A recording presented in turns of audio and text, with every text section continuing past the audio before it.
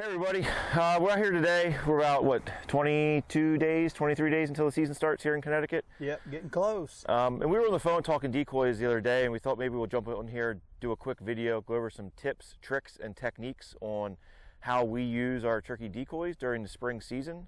We'll touch base on our techniques for early season, mid-season, late season, the decoys that Bishop runs, the decoys that I have here. We did do a video a couple weeks ago. I'll try to link it into this video, or at least I'll link it down below, going into more detail on each decoy. But today's just going to be kind of how we use them and when we use them. I'll go ahead and I got my pocket hen decoy and my funky chicken here. I do have my chicken on the stick decoy as well, but the stake is too big. It won't actually go into the ground right now. It's early April here in Connecticut and the ground's frozen. So that's one downside of that decoy, is the stake, that thicker plastic stake. And you were saying that you have issues down south with those thicker stakes because of the ground as well, right? Absolutely. When the ground's dry, it's hard to get those in. I like the metal stakes. Obviously, metal's going to last longer than plastic. They're not going to break. And yeah, I guess really the only downside of the metal is they can cling together and make some noise. But for me personally, I'll take the metal stakes any day over the plastics. Like I mentioned that other video that we did about the decoys, I think I'm on my third stake for that chicken on the stick. So why don't you go ahead and jump in real quick and just explain what decoys you have, and then we'll go through setup. So for like running and gunning, I like the Montana decoys and the PhD hen. I wish Primos would remanufacture this. This is one of my favorite ones. I've had it for many years. You blow it up, but it has this nice material over it to protect it, and also, you know, it doesn't like glare that much with the sun. Not as bad as like those Cherokee. I think is the only company still making blow up decoys. If you see here, I have the redhead Crazy Jake with remote stake and breeder hen. This was a combo for 99 bucks. Oh, these come together. Yeah, and it comes with a fake fan. I obviously have a real Jake fan. I like it. I love this thing because it's a smaller body decoy. You're not paying the 200 plus for like a DSD and avian. I actually do have a DSD hen, which we'll pull out later. I just forgot to pull it out now. I love that, and I do, but it doesn't pack well. So if I'm going to one spot that I know where I'm going to set up, I love to carry my DSD hen. Do you ever get the feeling like we're starting to, you know, become like waterfowl hunters with having 20 decoys in one bag? You know, we're one step away from having the jet sled. Yeah, I feel like these. I almost feel like the day of the packable decoys are kind of dying. We're getting to those hard shell decoys, and I love them.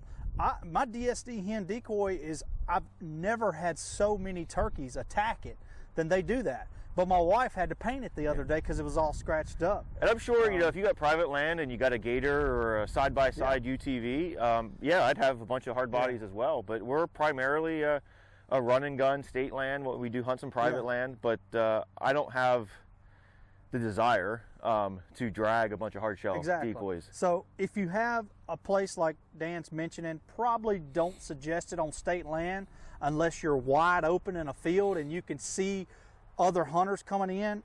I would probably stick with the hens, the mobile hens and stuff when you're running and gunning.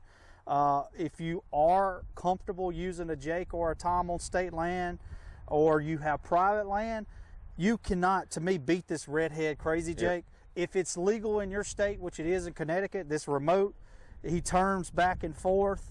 So, I mean, for, you know, it is a little windy today. For $99, it's not too bad. Yeah, for the price, it's great, especially for two decoys. Yeah. And like I said, we have about 5 to 10 mile an hour wind right now, so hopefully the audio is not too bad for you.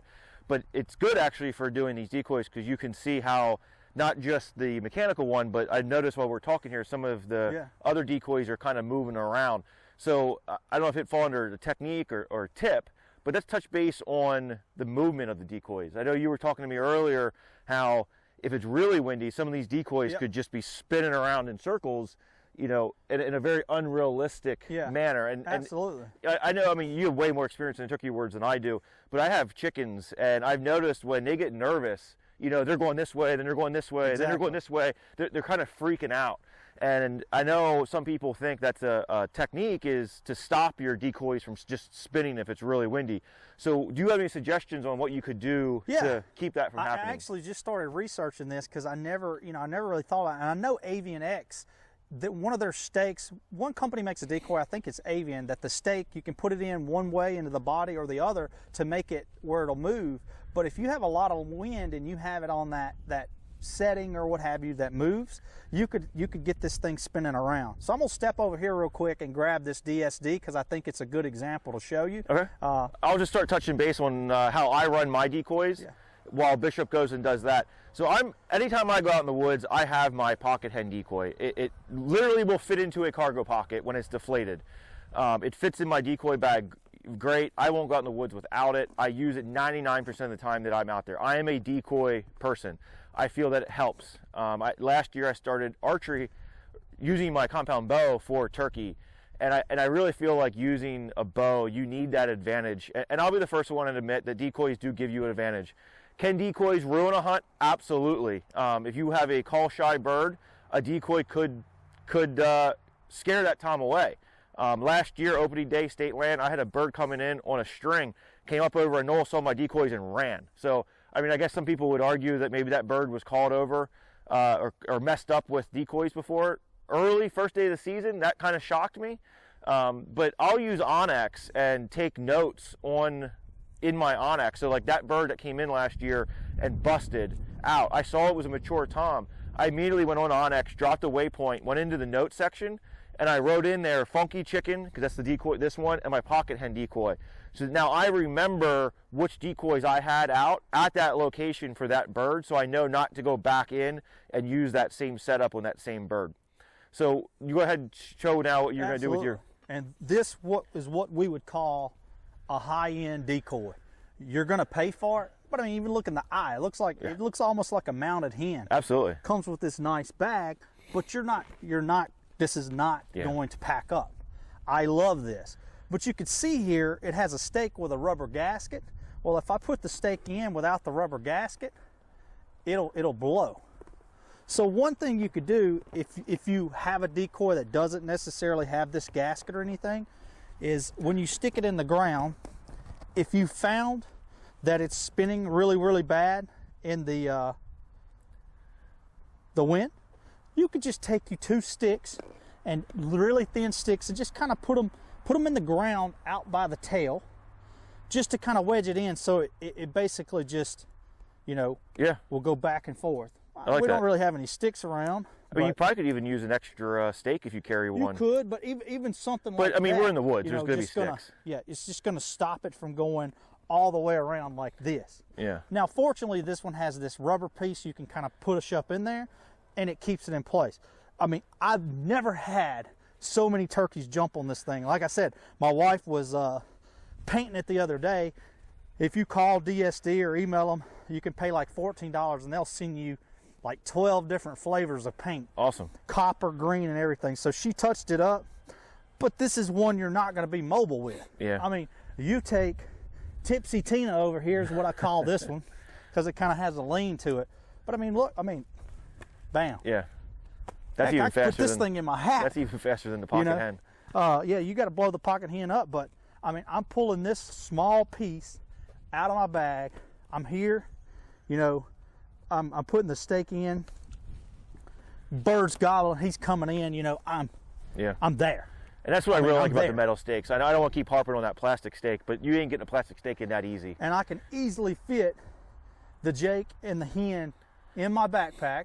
And honestly, if I decide I'm in an area where I'm not even going to use a decoy, say it's thicker or something, I'm in thicker woods, it's kind of comfortable laying it on that thing. It's a spring. It's like a padding. Yeah. But you got to decide, like, are your goals to be mobile, do a ton of walking, running and gunning? You're going to want something a little more mobile. If you got birds in an area, private piece, state land, field where you feel comfortable pulling out a Jake or a Tom setup, I recommend the redhead decoy. I would love to have a DSD gobbler, but that's going to set me back some money, and I'm going to cry when Jakes or Toms jump on it and start tearing it up. Yeah, no, absolutely. So when you were getting that decoy, I kind of touched base that I primarily run these two early season, throughout the season. What's your go-to setup? Is it my these two go-to here? setup? Because call me a Mississippi, this for Mississippi or what. I wouldn't even say it's Mississippi because my buddies give me heck about it. I love field hunting turkeys. My buddies love to see them strut through the hardwoods and pines. I love a field. I like to pull them in from long distance. I've pulled them in from hundreds of yards. I know one of my state land spots is 400 yards from where they come out into the field to where I'm at, and I like to run the redhead crazy Jake with remote stake, the breeder hen, and I take my DSD. Yeah, I know exactly where I'm going. I'm not going to move from that spot. If they're not there or they don't work right, I'm leaving. So I'm comfortable with that setup. Now, do you alter it all throughout the season? I know some people will say, early in the season, the birds are still flocked up. You can get away with more decoys. Later in the season, they may be call shy because they got hunted a bunch. Do you, when you're deciding what you're going to take out, do you put any weight into that decision based off the time of the year? Yeah, so a lot of it depends on like my scouting. If there's multiple gobblers in the area and stuff, I tend to run more of this setup with, and I'm okay putting a Jake out that spins, that looks like he's strutting. I feel like if there's several gobblers in the area, one of them's going to be dominant, and this is going to make him mad and come running in. Have you ever ran a full tomtail?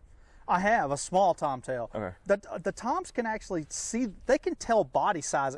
In my opinion, in my research, they can tell when something is puny versus something. There you go. Prime example. The whole design, I think, for that is so I'm not going to run a dang 4-year-old tail fan that's that big.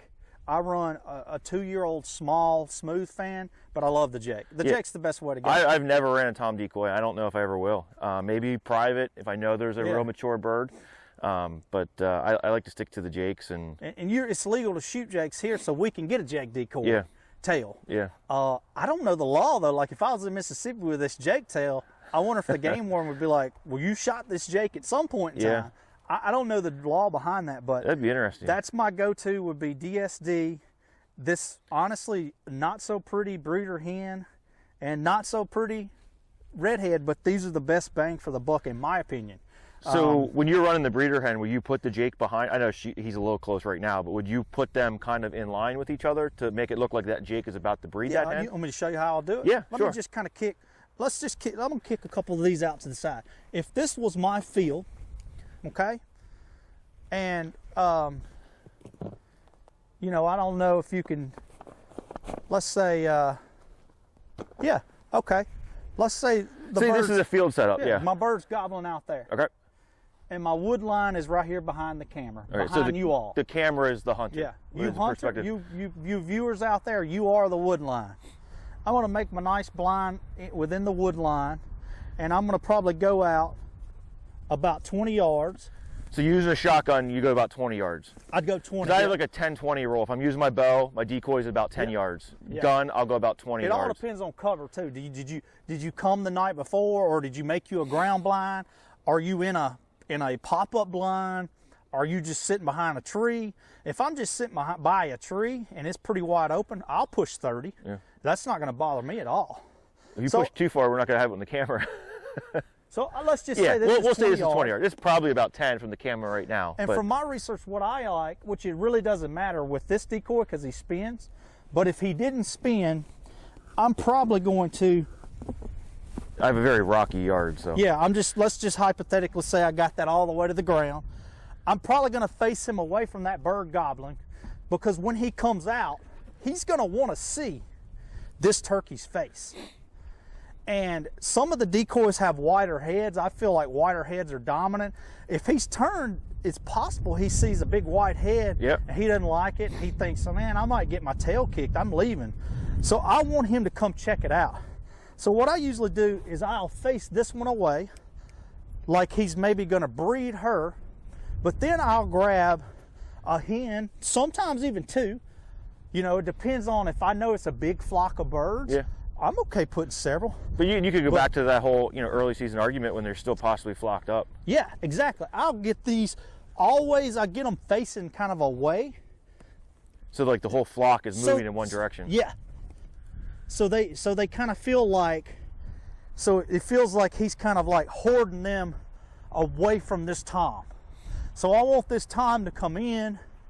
If I feel like he's locking up out there, I might hit my button, let him spin a little bit. And it's absolutely worked wonders for me. You know, sometimes I'll spread these two out a little further. I usually always face them away from him, like he's hoarding them up. Like, hey, there's another gobbler coming. I'm hoarding up these hens and getting them away. Yeah. So sometimes I'll put these out here further, but I always leave the breeder pretty close to it. Okay. And you know, I might hit it and pause and look, and then kind of hit the button again. Obviously, always watch out for your hand movements. Yep. But when he starts getting in close, I always turn away from him and stop here. Because you could argue that's going to make him to come around, circle around. Or come around. And I'm not one of those big fans of, you know, maybe we do it this year because we're videoing some more. I shoot them before they tear my decoy to pieces. Yeah, it'll be interesting to see how we stay focused on trying to get content and not just shooting them when they step into about 40 yards. Yeah, exactly. Because, you know, you know, sometimes you can even, you know, you could take this one. What I like about that is you can do a feeder. You could kind of point it and you can move the head down like it's feeding. So because there's three basic hen decoys. You have the breeder, the feeder, and then what do they call it? Is it the alert? They call this like an upright. Upright. There's one more, a leading hen. I think her head's kind of tucked a little bit, like she's leading the tom away to breed. So if somebody who has no decoys, they're watching this video, they're new to spring turkey hunting, and they want to get one decoy for this season, would you recommend the hen? I would recommend a leading or upright hen. Okay, that would be step one. That'd be step one to me. You know, any hen decoy, but I like a leading or an upright. So there's an argument, and I believe that using a Jake or Tom decoy, there is the potential of scaring a tom away. In Mississippi, you're going to do it a lot. The tom could have got his butt whooped by a couple Jakes the day before. You just don't know. But with a hen, you're at least giving that bird something visual to come into. You know, it's kind of, what's the phrase you use, the Monday morning quarterback, when he's lost the game on Sunday and he's thinking of what he could do. You know, you play that in your mind, you think, well, hey, was it because I had decoys? Maybe. Was it because I had a male out? Yeah. Was it because they weren't moving? You rarely, unless there's a huge wind, you're rarely going to get the whole moving too much. I know they make some with strings. You can buy higher end stakes that move. Yeah, I've seen guys use ice fishing rods because they're short. Yeah, I've rarely had them, you know, to where you would say they move too much. Yeah. But I always say this, period. When in doubt, if you're in the woods, when in doubt, don't use the decoy or use one hen. If you're really in thicker woods, when in doubt, don't use a decoy. I read a good article not too long ago. Maybe it was a podcast. I think it was a podcast, great podcast. And the guy made a great point that sometimes you're spinning circles in the woods when it's thicker, trying to find a spot to set up your decoy, when you really just need to find a spot to set yourself up for the bird to come in. So maybe you get the third best spot to set up because it's the only spot that has a lane for your decoy. Well, the first or second best spot for you to sit is probably going to be where you should have gone, because that tom's probably going to come through that thick stuff and end up picking you off and seeing you before he ever sees the decoy. Yep. So when you're in thicker stuff, think about you and the tom and how can I get set up to have the best shot, not the best decoy setup. And it could be better at that point to start looking at shadows and the sun angle and try to set up where the sun's shining into the turkey's eyes and make sure you're in shadows instead of being focused on the decoys. The whole concept to me behind a decoy is these dang turkeys are smart. I don't care what anybody says. They will make you feel like a fool. They hear the hen. My research says that when they hear that hen, they can pinpoint the tree it's coming from. So he's thinking, and this is what I'm thinking, he's bobbing that head thinking, I hear that hen. I don't see anything. This is weird. When it's thicker, by the time he puts two and two together of, I don't see anything, you got a shot. He's in range. But when he comes through here and he hears a hen 20 yards behind this camera, and he comes into this yard, this field, and he doesn't see anything, but he still hears you, he's like, I ain't falling for that. Yeah. And that's why I like a hen for fields and wide open woods. Similarly, have you ever heard the phrase, you can call a turkey uphill but can't call him down? Because they can see down. He's down on top of that hill, and he says, I hear you. Yeah. I don't see you. If I have Marshawn down that hill, I named this beast mode Marshawn. I used to like to watch Marshawn Lynch play football, and so I named this beast mode. And he's all tore up. I mean, he's been great. I've had it probably 8 years. Wow. But if I have him down a hill in this setup, I can promise you a turkey on top of that hill is going to come down there if he's dominant. Yeah, I can believe that. Especially because you're giving him something to see. He's not That's just right. hearing it. He's validating what he hears with his vision. Now, what's cool is when you're in the woods and you're on top of that hill and he's down below it, and you kind of got a little knoll, Little bench. and your parts beating out of your chest because he's 15, 20 yards right over the knoll in gun range. You hear him spitting and drumming, but you can't see him yet. And you better have that gun aimed right where you heard him last, because he's going to pop that head up in a minute. Yeah. So we kind of touched base on open timber, very beneficial to have a decoy. Thicker, you can probably get away with it. Fields, beneficial to have decoys. We talked about early season, the late season, how later in the season the birds are typically broken up. Now, let's touch base, and I don't really have any experience on this. Connecticut just opened up last year all-day hunting. Yeah. Do you think later in the day, so those afternoon, those evening, a lot of decoys, less decoys? Do you think the hens are in the nest still? Yeah. Do you think decoy strategy could come into play anywhere there? Or do you think it's something maybe we should focus on this year and play around and see if we see any trends? So from my experience, because I come from Mississippi, so we've always been able to hunt all day. My experience is in the afternoons, a lot of times they're feeding. Similar to me, when it gets hot, gets green out, bugs are all out in the fields, I'm in the fields. That's when I like to go with multiple decoys. I'm probably not going to use a strutter. I'm actually probably going to use a Jake and put him in a feeding position. I just want them to hear some light yelps, some clucks, some purrs, and to know, hey, there's a group of hens over here feeding, I'm going to go join the group. Because a lot of times a bird's going to sneak in silent. Dad's had a couple come in hot, drumming, spitting, strutting, but for the majority, a lot of times I feel like a Tom's with a group of hens still sometimes, especially, early season afternoons. Sometimes he might come in with a group of hens feeding, and you're like, oh, that's weird. He's not trying to breed at all. Okay. That's how the last bird I shot in Mississippi, it was, I think, 8 or 9 hens and 1 Tom, and they just came running into a grass patch we had, like on kind of like a fast walk and a trot, and they pecked around, ate bugs and fed. I missed him, shot right over his head.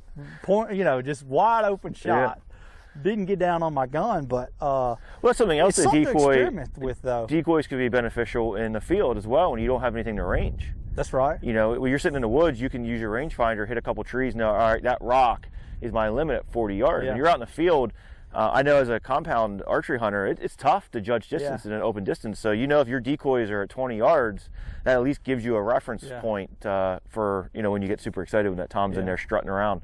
The good thing about them is if you are going that extra mile like you did last year with the bow, trying to kill one with a bow, especially if you have a pop-up blind where you're totally concealed, being able to get that decoy at 10 or 15 yards, like if you're using a Magnus bullhead or a gobbler guillotine, you want a headshot, it does a great job of giving you I would say the most advantage of getting one into 10 to 15 yard range. Yeah. Now last year we went, wow, that was no blind, no tucked blind into bushes. It was actually, I would almost call that a run and gun with a bow, and it worked. It was a Charlie Foxtrot, is what we'll call that one. Yeah, it was fun, though. Yeah. So I guess to kind of wrap this up, just hit on some of the tips, I guess, that we were mentioning is if you're going to go with one decoy, go with the upright hen or the feeder hen or lead hen. If you want to introduce a Jake, take notes if the bird comes in and busts. If that bird came in, didn't like the setup, kind of remember, like I said, I use on X and put in the notes.